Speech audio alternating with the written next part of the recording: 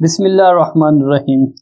خواتین و حضرات، اللہ کے نام کی سربلندی اور اشاعت توحید کا وہ سفر جس کا آغاز غار حرا سے ہوا تھا، اس پر 22 برس بیت چکے تھے۔ مکہ اور طائف کی کٹھن تبلیغی جدوجہد کے بعد ہمارے سید و پیشوا حضرت محمد مصطفیٰ صلی اللہ علیہ وسلم مدینہ تشریف لائے۔ مدینہ آمدی کے 10ویں سال آپ صلی اللہ علیہ وسلم نے جب حج کی ادائیگی کا عزم فرمایا تو لوگوں میں اعلان عام کر دیا کہ حضرت محمد صلی اللہ علیہ وسلم حج پر تشریف لے جا رہے ہیں۔ چنانچہ آپ کی رفاقت میں حج کی سعادت حاصل کرنے کے لیے ہزاروں کی تعداد میں عاشق تیار ہو گئے۔ یہ مبارک موقع جسے حج الوداع کے نام سے یاد کیا جاتا ہے، آپ صلی اللہ علیہ وسلم کی حیات اطہر میں پیش آنے والا غیر معمولی واقعہ ہے۔ غار حرا کے گوشہ تنہائی سے شروع ہونے والا سفر اپنی تکمیل کے مراحل کی طرف بڑھ رہا تھا۔ ابراہیمی دعا کی قبولیت کے نظارے اور تعمیر بیت اللہ کے مقاصد اپنی منشا کو پہنچنے والے تھے۔ دعوت و تبلیغ کا وہ مشن جو مکہ مکرمہ سے شروع ہوا، کئی مراحل سے گزرنے کے بعد اسی مبارک وادی میں پایا تکمیل کو پہنچنے والا تھا۔ حضرت محمد صلی اللہ علیہ وسلم کی دعاؤں اور شبانہ روز تبلیغ کاوشوں کے ثمر ظاہر ہو چکے تھے۔ گویا وہ وقت آن پہنچا تھا کہ خدا کی حمد و ثنا کے گیت گائے جائیں اور تلبیہ کا ورد کرتے ہوئے محبوب خدا صلی اللہ علیہ وسلم خالق خدا سے ہم حواس ہو کر اس زور سے توحید کے منادی کریں کہ اس کی گونج تا قیامت سنائی دیتی رہے۔ اس مقدس واقعہ کی یادیں بیان کرنے میں سب سے مشہور صحابی حضرت جابر رضی اللہ عنہ کا بیان ہے کہ ہجرت کے 10ویں سال جب یہ اعلان ہوا کہ رسول اکرم صلی اللہ علیہ وسلم حج کرنے والے ہیں تو ذوق و شوق سے لوگوں نے تیاری کرنے لگے اور مدینہ میں بہت سے لوگ جمع ہونا شروع ہو گئے۔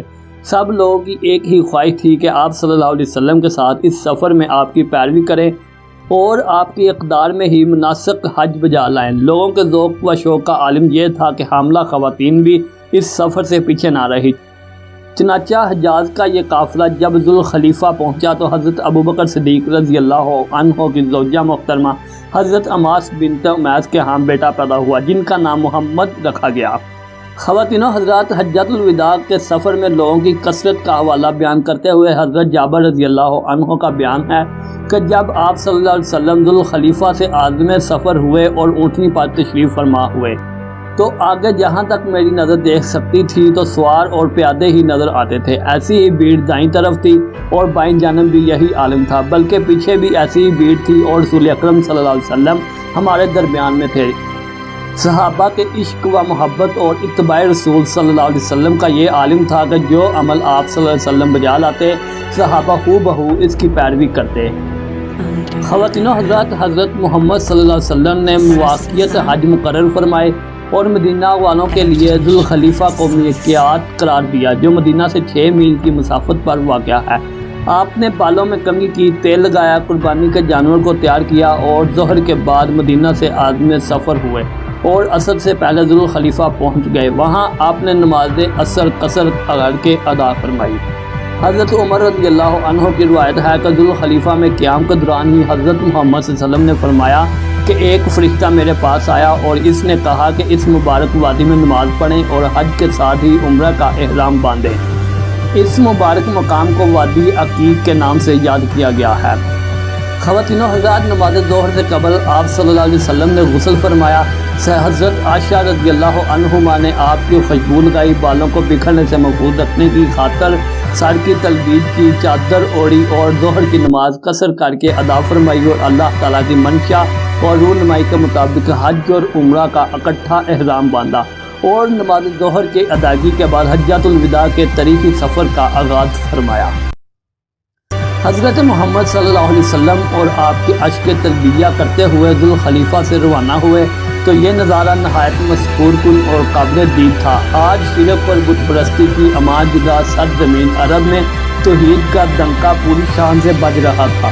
آپ صلی اللہ علیہ وسلم کا قافلہ تلبیہ کا ورد کرتے ہوئے ذوالخلیفہ سے روانہ ہوا تو لبیک اللہم لبیک کی صداؤں سے چاروں دنگ حجاز میں ایک غوصہ برپا تھا۔ ایک تو وہ وقت تھا کہ آہد آہد کی صدا بلند کرنے پر مسلمانوں کو زور کوب کیا جاتا تھا، اور اب یہ عالم تھا کہ ہزارہاں فرزند توحید رسول اکرم صلی اللہ علیہ وسلم کی اقدار میں اس زور سے توحید کی منادی کر رہے تھے کہ حجاز کی وادیاں اللہ تعالیٰ کی تسبیح و تمہید سے گونج اٹھی تھی۔ تلبیہ کے منصور الفاظ یہ ہیں: لبیک اللہم لبیک لبیک لا شریک لک۔